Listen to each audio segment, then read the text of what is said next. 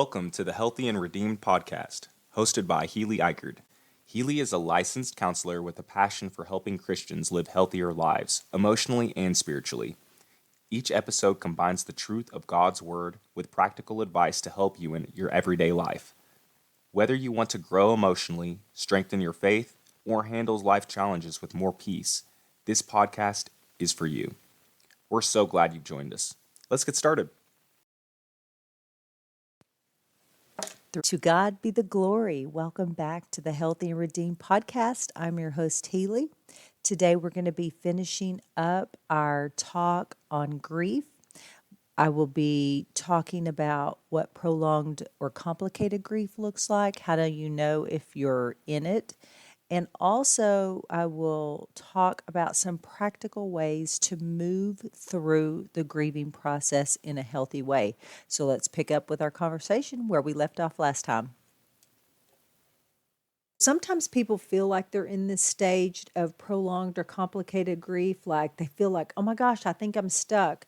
But really, if you look back and go, okay, like maybe Christmas came and something happened that really reminded you of your loved one, and you're just like crying for 2 days or something like that. And then we think, oh my gosh, I'm stuck in grief. I'm never going to get out. But really, you have to look back and it's like, how has this whole past year been? Am I reacting in the same exact way that I would have 6 months ago or a year ago? Just because you have an intense emotion at a point doesn't mean you're in complicated grief or prolonged grief or that you're stuck in one of the stages. It just merely means you're experiencing a point of grief. According to the Center of Prolonged Grief at Columbia University, and I'm going to quote this here, prolonged grief is a grief that continues to be intense and pervasive, disrupting everyday life for longer than a year. People experiencing prolonged grief often describe it as feeling stuck in grief or frozen in time, as if the death has just happened. Grief dominates their thoughts and feelings, making it difficult to think about or concentrate on anything else. The future seems bleak and empty. They feel lost and alone. Relationships with loved ones flounder, as does their own health. So you'll see that is pretty extreme, right? And most people, after a year, although they still may be grieving, they have improved their functioning over time. So there is a small percentage of people that are in prolonged or complicated grief. Sometimes prior trauma or a loss, or if they've got history of anxiety or mood disorders, insecure attachment, or being a caregiver of the deceased, maybe they've experienced lack of support or some violent cause of death. That is when prolonged grief is going to be more likely to happen. You lean one way when you've had these things happen. You're going to lean that way, but it doesn't mean necessarily that you're for sure going to experience prolonged grief. Like if you've had, maybe your loved one died a violent death, you're going to lean toward the way of that could be prolonged grief, but it doesn't 100% mean you're going to experience. You are going to have a intense grief, but it doesn't necessarily mean it's going to be complicated or prolonged. A lot of that depends on your resiliency skills, how well you've done in the past with losses, what you've learned through those, your personality, and I also believe it has to do with how healthy your relationship with Jesus is. Columbia University actually has a self-assessment for prolonged grief, and I'm going to put that in the show notes. So if you think, I'm having some of those symptoms that I mentioned, then just take this self-assessment and see if you might be experiencing that. According to the American Psychiatry Association, an estimated 7 to 10% of bereaved adults will experience the persistent symptoms of prolonged grief disorder. And among children and adolescents who have lost a loved one, approximately 5 to 10% will experience depression, post-traumatic stress disorder, or prolonged grief disorder following their bereavement. So here are some symptoms of prolonged grief disorder. I'm going to just read these through. Identity disruption, such as feeling as though part of oneself has died. Marked sense of disbelief about the death. Avoidance of reminders that the person is dead. Intense emotional pain, such as anger, bitterness, sorrow related to the death. Difficulty with reintegration, such as problems with engaging with friends, pursuing interests, planning for the future. Emotional numbness, absence or marked reduction of emotional experience. Feeling that life is meaningless. Intense loneliness, feeling alone or detached from others. So, if you've experienced grief, you're like, well, I've had all of those.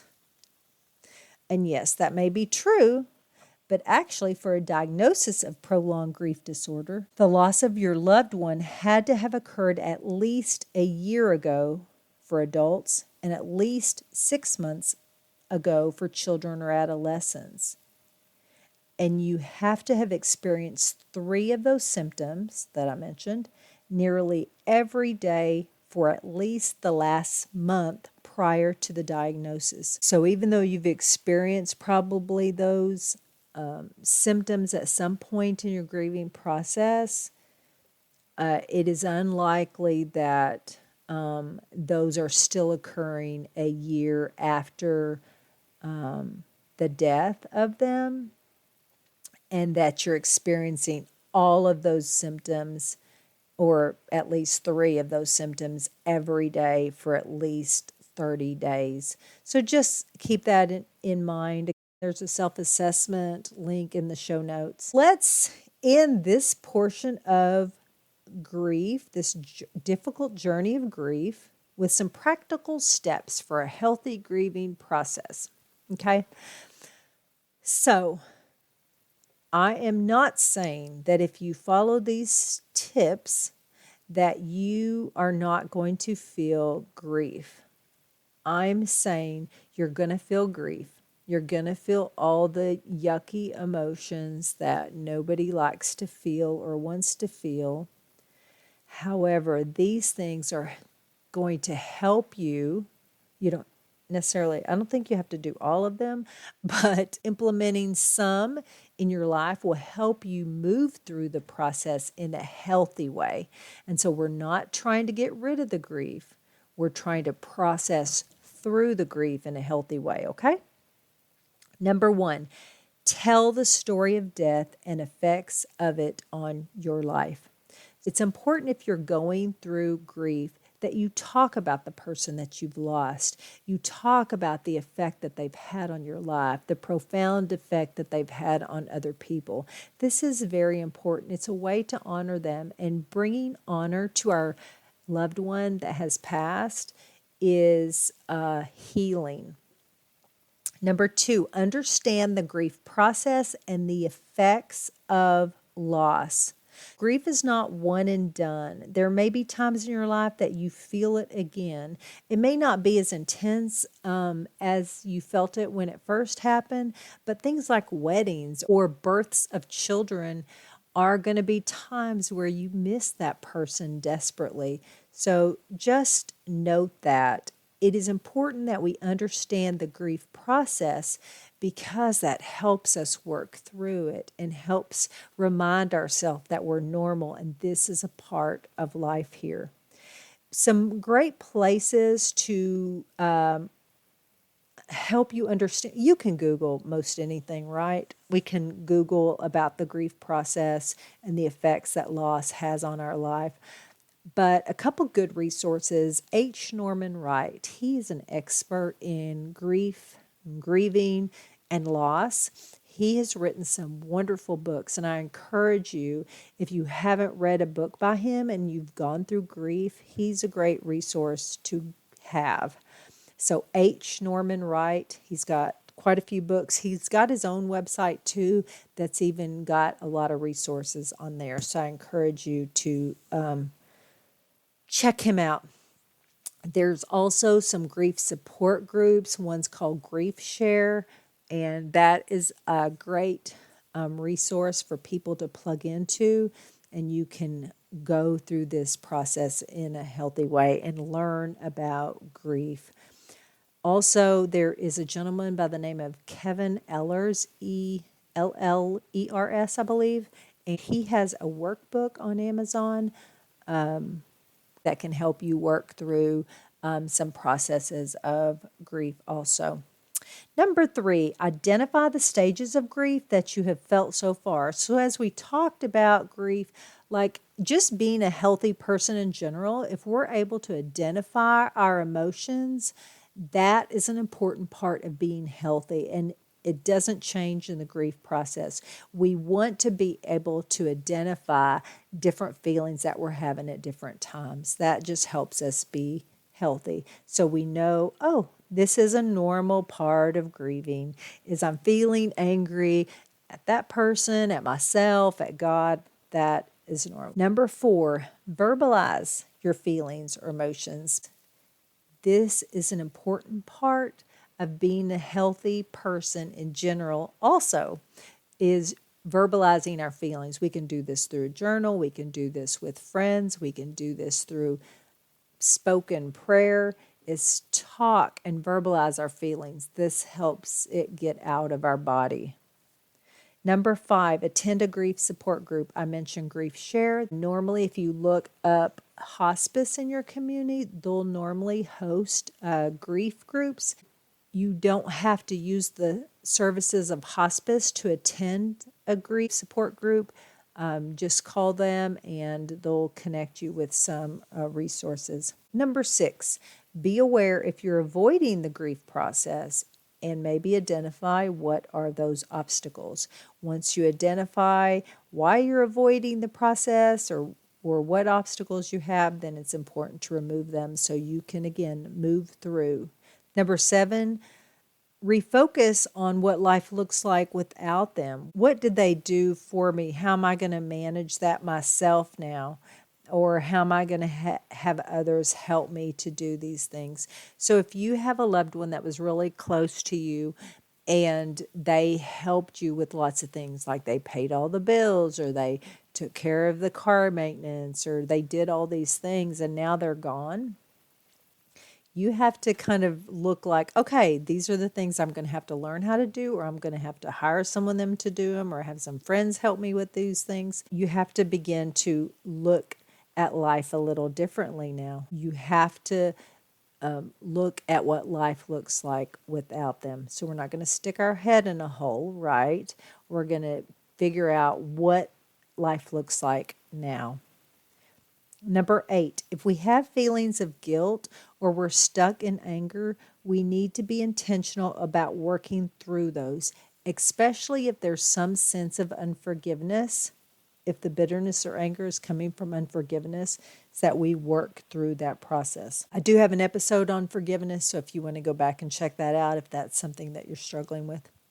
Number 9, express unsaid things through a letter or an empty chair or at the gravesite. So it's important that those things that you feel like you didn't get to say, it's important to get those things out. So we can write them a letter. We can set up an empty chair and talk to them like they were there, or we can go to the gravesite and talk to them there. So it's important that we're getting whatever is left unsaid, we're getting that said. Number 10, talk about the loved ones with other family members through memories. It is important that we don't just never speak of them because we're scared we're going to cry or we're scared we're going to upset someone. It's very important that we honor their life, especially through good memories. And it's great to do that at family gatherings. Maybe you have a special dish that they liked, or you just share some stories of like, wouldn't they think that was the funniest thing? Things like that. It can be hard, and people may shed some tears. You might shed a tear. It's still an important part of the grieving process. Do you want to teach your children godly traits such as kindness, gratitude, and forgiveness? The Red Ball is a story of Renata, a young girl who receives a special gift. When that gift goes missing, she is left to figure out what to do. Through her journey, she learns a lot about herself and what forgiveness really means. The lessons found in the book can be made even more meaningful with the Red Ball Companion Activity Book, featuring over 30 activities. Both books are the perfect addition to any homeschool curriculum or as a thoughtful anytime story. Get your copy today and help your child build a heart that reflects Jesus. Number 11, when coming up on new days without the loved one, like the anniversary of death or birthdays or holidays that we mentioned earlier, it is important to make a plan on how you're going to spend that day and choose something you can do to honor them, or that's going to really bring some good feelings for you. It is so important that you make a plan. Don't just sit around and dread the day is coming. Make a plan for the day. I promise you it's going to help you feel a lot better. It may, most certainly it's still going to be a sad day, but it is going to give you an underlying sense of peace when you have a plan for the day. I can't tell you how many people have let these days slide in without any preparation, and it has really affected them hard, much harder than if someone has a plan. They're going to go here, they're going to release some balloons, they're going to go to the gravesite, they're going to volunteer at their favorite place, they're going to do something that helps them honor that loved one. Maybe they're going to take the day off work, whatever. Number 12, if your grieving seems to be interfering with your daily functioning, it might be helpful to set up a grieving time. So if you listen to the last episodes on worry, I talked about a coping skill called worry time. And this is basically a time that you set aside to worry. And in the grieving process, you set aside a time to grieve. So if you're having a hard time getting through the day, which will be typical, it's very normal and common for that to be in the early days. But if you're 3 months down the road and you're still having a hard time functioning at your job or just getting things done, maybe setting aside a grieving time would be helpful. So that day from 7 to 8 p.m., you're just going to set aside a time to cry, to think, to be depressed, to just get all in your feelings. And that way, during the day, as these waves come, you can go, okay, I'm just going to set that aside, and we're going to come tonight, and I'm going to think about that and process that and just let myself feel it. Number 13, look for ways to honor your loved one. And this can be serving at their favorite charity, making a donation to their charity, making good choices in life, doing things with your life that honor them. Number 14, this is a spiritual one. Pray, read the Bible, find some scriptures that are helpful to lean on. It is so important to be spiritually disciplined at this time. And this is going to be really hard. It's going to be hard to pray. It's going to be hard to read the Word. But be open with God as you pray about your feelings. Tell Him you don't have the words to say. Ask Him to lead you to Scripture that's helpful. But reading Scripture is going to remind you of God's promises. It's going to give you hope. It's going to give you gratitude. It's going to help us look for things to thank God for, even as we are brokenhearted. Number 15, keep a regular routine as much as possible. Try to get back into a regular schedule or routine as soon as you are able to do that. Now, I'm not saying it's going to be easy. You're going to have a hard time concentrating. You're going to have a hard time remembering things. You may seem a little scattered, but just know that's normal, but it's important and it's healthy that you get back to the things that God has created for you to do. And it is going to help your mental health in the long run as well. Number 16, maintain good sleep, exercise, and eating. So you're going to take care of yourself physically. Make sure you're eating in a healthy way, ensure you're sleeping at least 8 hours a night, and exercising in some way once a day. In previous episodes, we talked about creating healthy coping skills. This is why it's so vital that we have these healthy things integrated into our life every day. So when these big things happen in our life, that we've already got good things to lean on. This is going to help us move through whatever situation in a healthier way. So if trauma comes, if death of a loved one comes, if major stress comes or anxiousness comes, or we have got our life in a way that's healthy already, and that's going to help us move through things in a healthier way. Number 17, socialize. This is important in all times of our life, but especially important when we are struggling emotionally. So maybe having coffee with a friend, joining an extra Bible study so it'll help you engage with others, asking someone to lunch, doing something to socialize. As we mentioned, this is an important part of being healthy in our everyday life, and it's especially important when we're going through something extremely difficult also. Number 18, ask for help. If you need help practically or emotionally, please reach out to someone for help. Like, this is so hard for us to do, right? But people want to help. People care about you and me, and they want to help. We have to just step on our pride a little bit and be humble and ask people for help. Ask God for help. Just put people in your life so you can lean on them. Don't worry, you can pay them back someday. But for now, allow yourself to lean on the people that God has put in your life. Number 19, give others grace. I know, but I preach this all the time because people aren't going to respond perfectly to you. If you've experienced a hard time in your life, I know I have.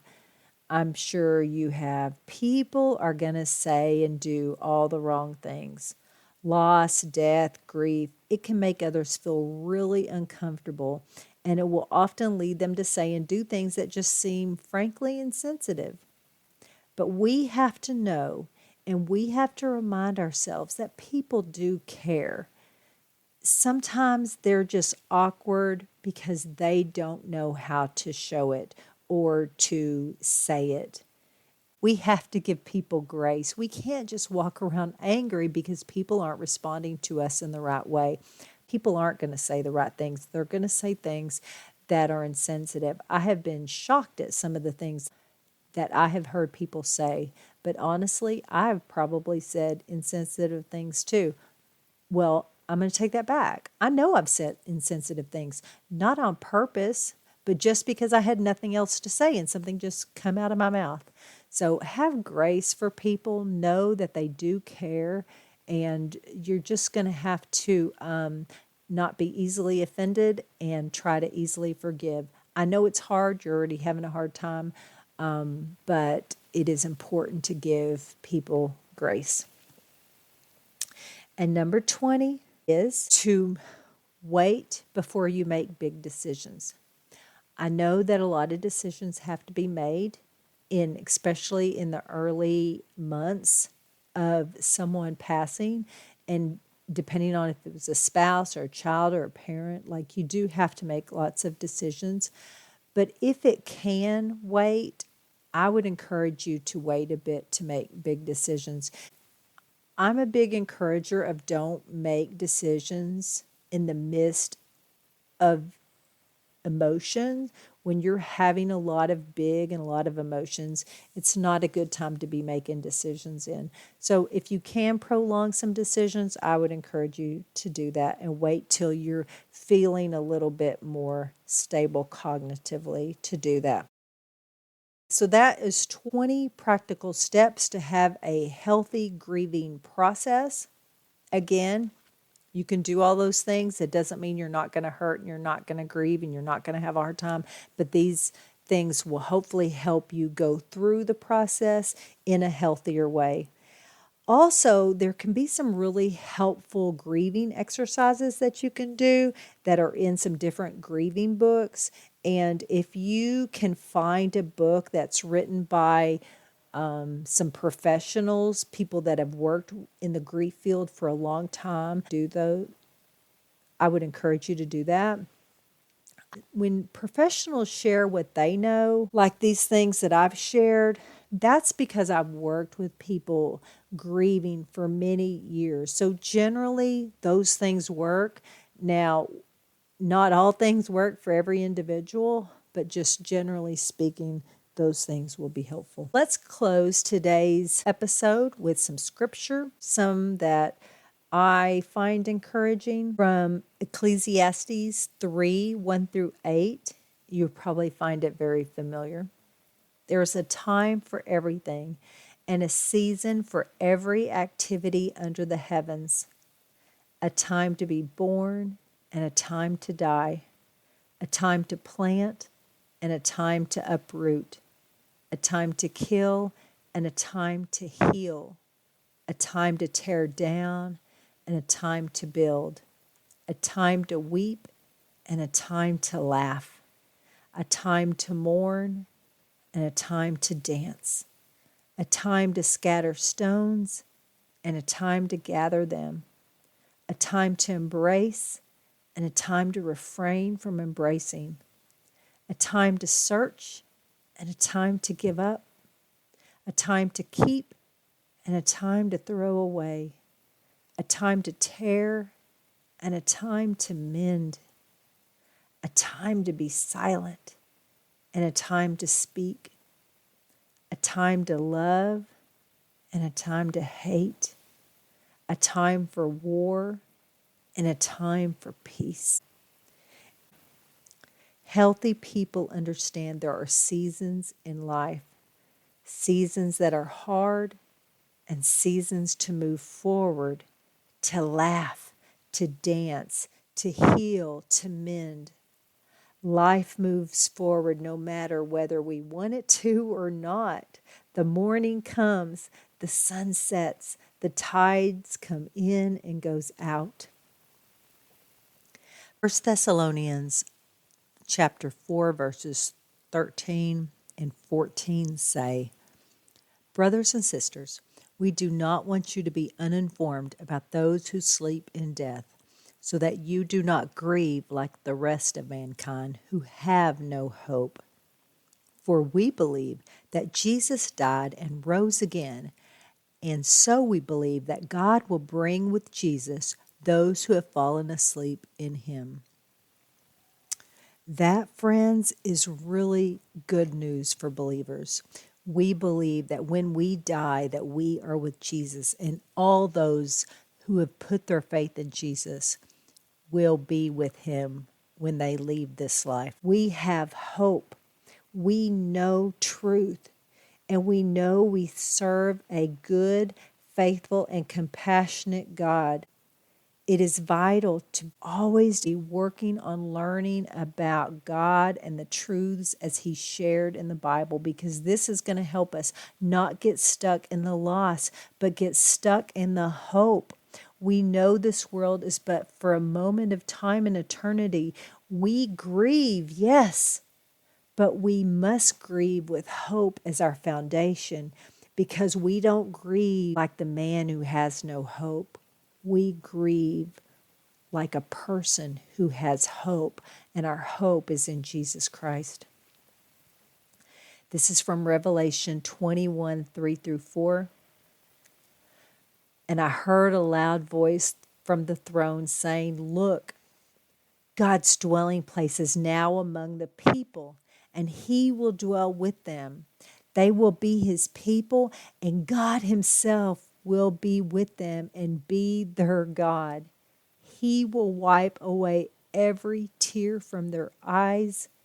There will be no more death, or mourning, or crying, or pain, for the old order of things has passed away." Remember, we can rejoice because we are moving closer to a time where there will be no more mourning, no more death, no more crying. All will be made right as it was intended from creation. This is what we can rest our hope in. God intended us for life. He didn't intend for us to have tears or pain or death. And we're going to be able to rest in him. Meanwhile, you can know that God is with you. He loves you and he hurts with you.